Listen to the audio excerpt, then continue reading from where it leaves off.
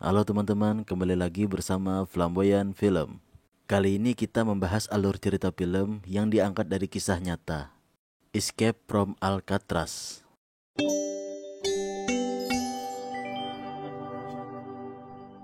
Tahun 1960. Film dimulai dengan tibanya salah seorang penjahat kelas kakap yang bernama Frank Lee Morris di penjara Alcatraz, Amerika Serikat, yang mempunyai keamanan tingkat tinggi dan juga peraturan paling ketat.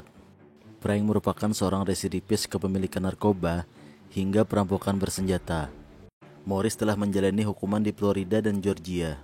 Ia ditangkap kembali setelah melarikan diri dari penjara negara bagian Louisiana.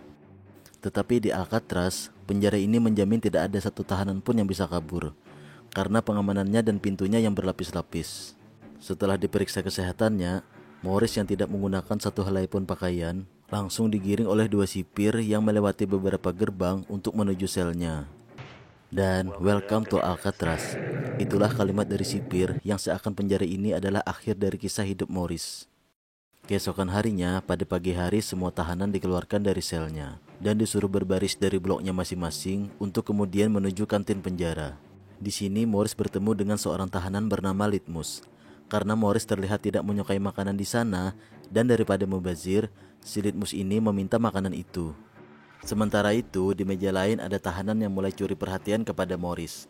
Pria yang berbadan besar berkulit putih ini tidak berhenti dan terus memperhatikan Morris seakan-akan dia menaksir. Dan benar saja, waktu para tahanan lagi mandi, pria bernama Wolf ini mendekati dan mengajak kenalan Morris. Yang dicurigai adalah ternyata Wolf ini mempunyai tujuan lain, yaitu ingin menjadikan Morris pacarnya. Tentu saja Morris menolaknya, dan ketika Wolf terus memaksa, akhirnya Morris menghajarnya dan memasukkan sabun ke dalam mulutnya. Beberapa saat setelah itu, Morris dipanggil kepala sipir untuk membahas tentang aturan dan ketentuan penjara Alcatraz. Kepala sipir mengatakan tidak akan ada kesempatan buat tahanan untuk kabur. Penjara dengan julukan The Rock ini memiliki dinding yang tebal, pintu berlapis, dan juga keamanan paling ketat. Penjara ini dibuat dengan sangat ketat pengamanannya, karena penjara Alcatraz adalah penjara yang dihuni dengan tahanan dengan tindak kriminal yang sangat berat. Kepala sipir juga menanyakan kepada Morris, siapa teman atau keluarganya yang dapat dihubungi apabila nanti ada sesi bertemu. Sambil mengecek data riwayat hidup Morris, kepala sipir tahu kalau ternyata Morris ini mempunyai IQ yang super tinggi. Dan hal itu terbukti ketika ia kembali ke selnya, ternyata ia sempat mengambil gunting kuku milik kepala sipir tadi. Dan setelah tiba di sel, dia pun langsung menyembunyikannya di sela-sela buku. Keesokan harinya, Morris pun disuruh ke perpustakaan untuk membantu tahanan lain. Di perpustakaan, Morris bertemu seorang kulit hitam bernama English. Dia ini masuk penjara karena pernah menusuk dua pria kulit putih dan dijatuhi hukuman 99 tahun. English adalah tahanan yang ada di sel D, dan sel ini yang ditakuti oleh banyak tahanan. Sel ini terkenal dengan penghuni kriminal kelas berat dan juga sel yang gelap, karena tidak ada cahaya yang bisa masuk. Setelah sarapan, para tahanan pun dikumpulkan di suatu lapangan untuk melakukan kegiatan bebas.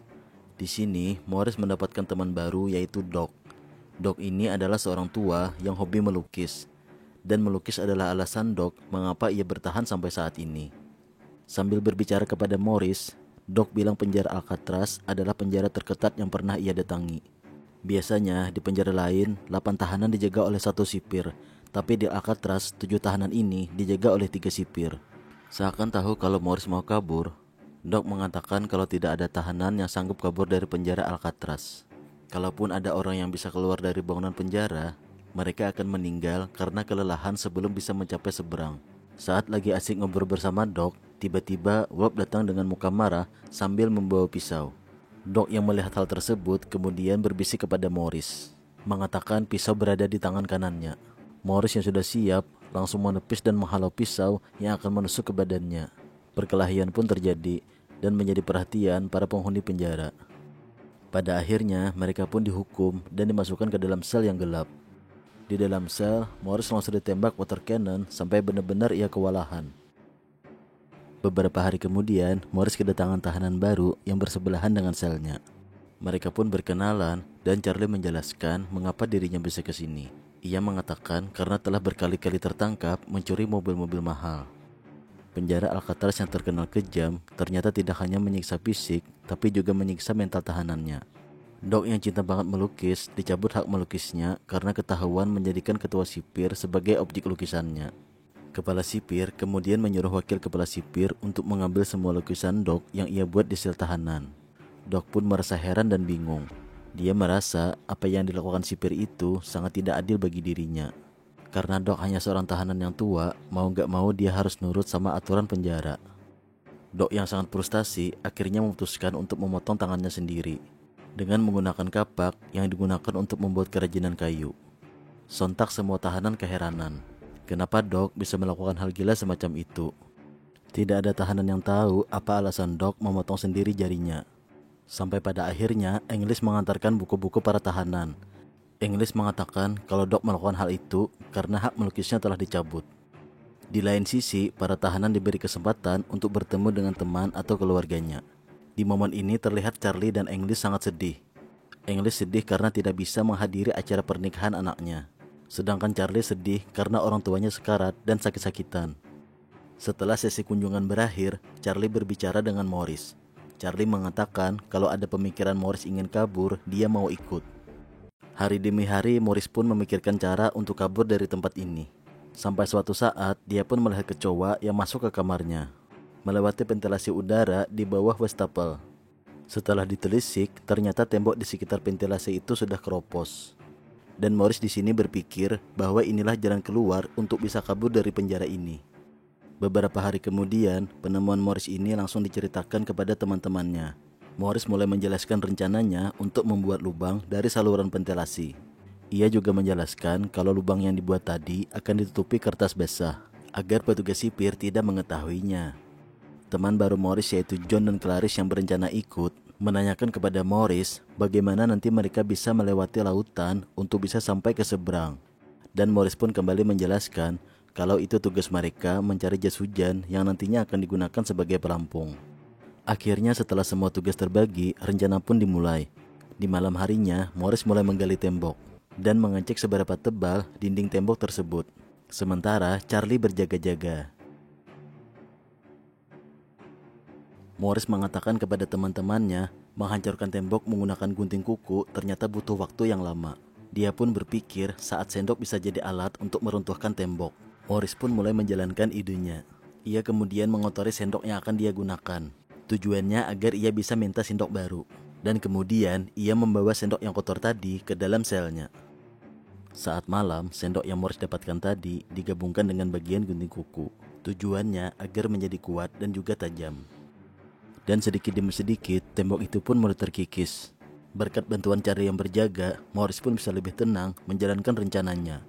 Karena dia bisa tahu kapan sipir datang menghampiri selnya. Setiap pagi, di ruangan makan adalah tempat rapat bagi Morris, Charlie, John, dan juga Clarence. Mereka berempat selalu diskusi tentang gimana proses rencana mereka. Keempat tahanan ini optimis mereka bisa kabur secepatnya. Morris bilang kepada temannya bahwa rencana pelariannya akan dilakukan pada malam hari. Karena di waktu malam, sipir tidak bekerja semaksimal pada siang hari. Dan Morris juga bilang mereka harus membuat sesuatu yang menyerupai kepala, agar sipir percaya kalau mereka masih berada di dalam sel, padahal mereka lagi kabur. Setiap malam mereka berempat mulai bergantian menghancurkan tembok ventilasi. Dan ketika sudah cukup dimasuki, ternyata ada masalah lain. Ventilasi yang terbuat dari besi itu tidak bisa dibuka. Morris pun mencoba menendangnya, tetapi tetap tidak berhasil. Morris pun harus mencari ide baru agar ventilasi tersebut dapat dibuka. Sebelum Morris mendapatkan ide, ia pun bersama temannya mulai diam-diam membuat boneka kepala dari kertas buku yang selalu diantar sama English ke setiap sel, diwarnai dengan cat lukisan yang didapat dari Charlie, lengkap dengan rambutnya yang mereka dapatkan dari John yang bekerja sebagai tukang cukur.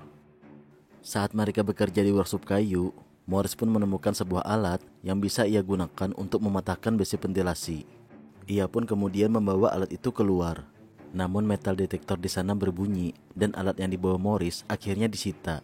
Tapi Morris memang benar-benar jenius. Dia sebenarnya membawa alat itu 2 buah. Yang satu ia bawa agar memang sengaja disita.